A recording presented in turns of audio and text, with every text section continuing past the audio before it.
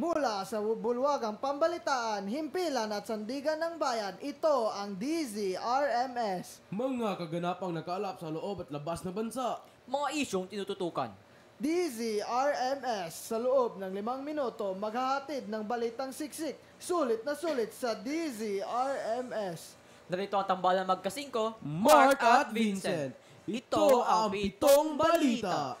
Ang oras natin ngayon ay 5 minuto makalipas ng alas 9 ng umaga. Martes, 8 ng Hulyo, taong 2019. Isang magpapalang umaga. Ito ay tagapagbantay, Kasingko Vincent. At inyong kaagapay, Kasingko Mark.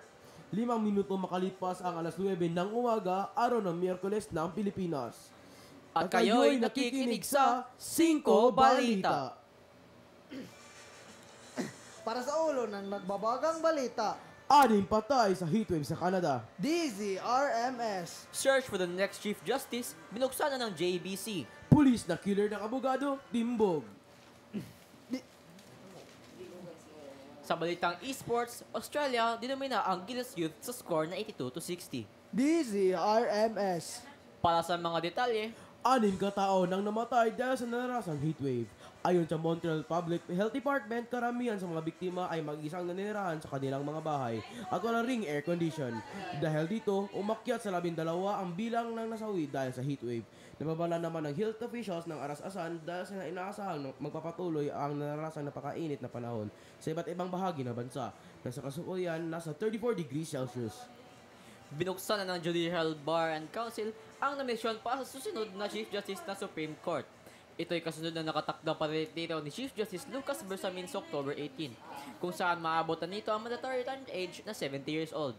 Ayon sa JBC, itakda noong 20 ng Agosto ang pagsumite ng documentary requirements kabilang ang statements of assets, liabilities and net worth at bank certifications para sa foreign deposits. Pinasusumite rin mula sa interesadong maging punong estado ang applicant's personal data sheet. Transcript of law school records, birth certificate of proof of age and citizenship, certificate of bar admission, certificate of employment, service record mula sa gobyerno o private sector, sample ng court rulings, opinions at records na pending criminal, civil o administrative cases. Bukod pa rito, kailangan na sa maayos na kalusugan ang isa nominado sa pagka-Chief Justice ng kataas-taasang hukuman. Korte Suprema ipinagpaliban ng Patayas Dam Case. Kasingko Kyle, ibahagi mo. Ipinagpaliban ng Korte Suprema ang petisyon na inahin ng alyansa na masamahang nagkaisa sa payatas na humingi ng mga pinag-igting na kalinisan sa kanilang komunidad. Sa pangunguna ni Leonita Panoy dahil sa kulungan sa mga kagamitan at papels. Ang nasabing petisyon ay ipinaglalaban dahil sa masamang epekto nito sa kalusugan ng residente na nakatira malapit dito. Gayunpaman natiling hindi sang-ayon ang Korte Suprema dahil mauli ng mga residente ang payatas at hindi maaring ituloy ang operasyon ngayon. Ito si Kyle Tangkongko nag-uulat. Salamat Kyle. Para sa isang paalala, magbabalik po ang 5 Balita. Akala ko ba mahalaga ako sa'yo? Bakit hindi mo pinaramdam? Tubig lang ako, nababawasan, nauubos din. Ikaw na nga nagsabing walang forever. Kaya pag hindi mo ko tinipid, iningatan at pinahalagahan, mawawala ako sa'yo. At kahit ikaw mawawala dito sa mundo, kaya mahalin mo isang hamak ng tubig na gaya ko. Panahon na naman ng El Nino, panahon na naman para mas magtipid at gamitin ang wasto ang tubig. Ito ay mahalagang paalala mula sa Maynila at Maynila Water. Kayo ay patuloy na nakikinig sa DZRMS. DZ, Radyo ng Masa, DZRMS. 5 Balita. Para naman sa ating balitang esports, Kasingko Blit, ibahagi mo. Sa score na 82-60 ay dinomina ng Australia Gilas Pilipinas Youth ang kanilang laban para sa 2019 Under-19 World Cup Games sa Heraklion University Sports Hall sa Greece.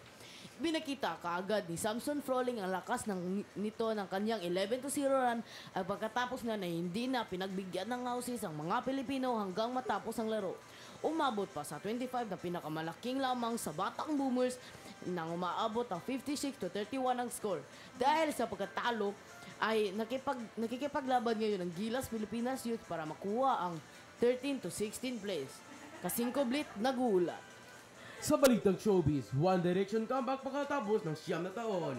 Kasingko Ella ay chika mo. Mark, ay tamba ni mong dagoy, oh. One Direction muling maghahatid na saya sa madlang pagkatapos ng 9 na taon, milyong-milyong fans ang nagkakandara pa sa pagbili ng kanilang mga tiket sa kanilang comeback concert na gaganapin ngayong malalapit na anibersaryo sa July 23. Ipinahayag naman ng kanilang manager ni si Simon Cowell ang pagbabalik ni Zayn Malik sa nasabing grupo.